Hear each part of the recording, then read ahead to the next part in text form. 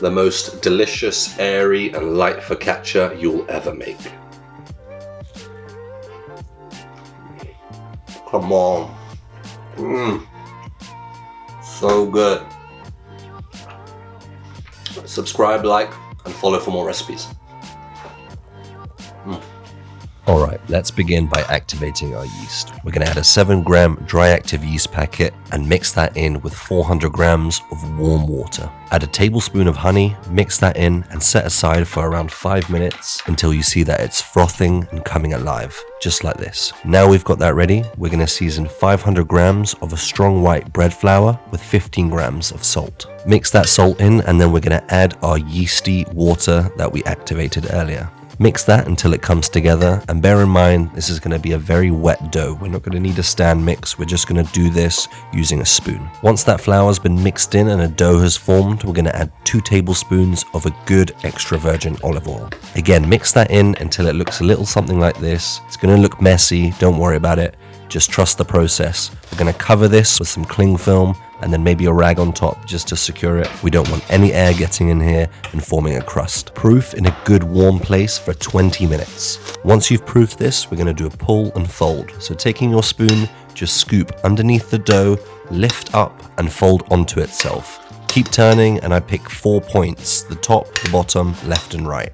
So I keep working my way around until I've folded this dough onto itself for about 1 minute. We're going to cover the dough now and proof for 1 hour.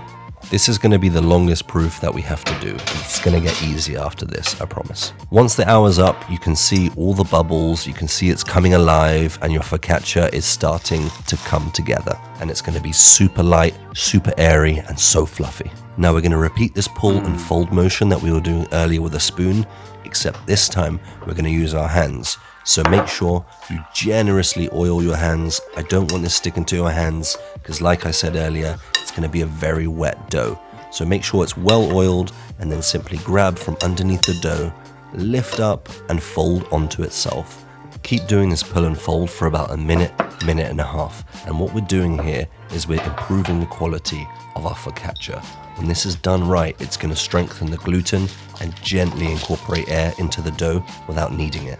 Transfer the dough into a well-oiled baking tray and we're going to cover this well and give it a final proof of 30 minutes. 30 minutes later, this is what you should get. It should have expanded to fit your tray and just peel back that cling film.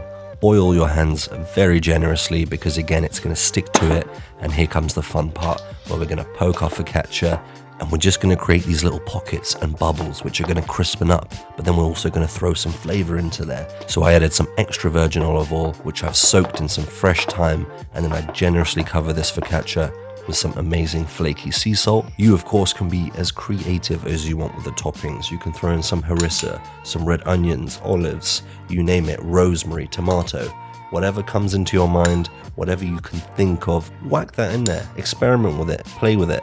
I'm just here to give you the basics. Once you're done with your toppings, we're going to throw this amazing focaccia into the oven at 200 degrees Celsius for around 15 minutes until it comes out amazingly crispy and delicious. Once baked, please, please, please rest it for at least 15 to 30 minutes, and then this is your outcome. The most amazing, springy, fluffy focaccia that you could ever dream of. And that's it. It's not that hard. It just takes a little bit of time and love. If you made it this far and enjoyed this recipe, please give it a go. Like, subscribe, share it with a friend. It goes a long way for me.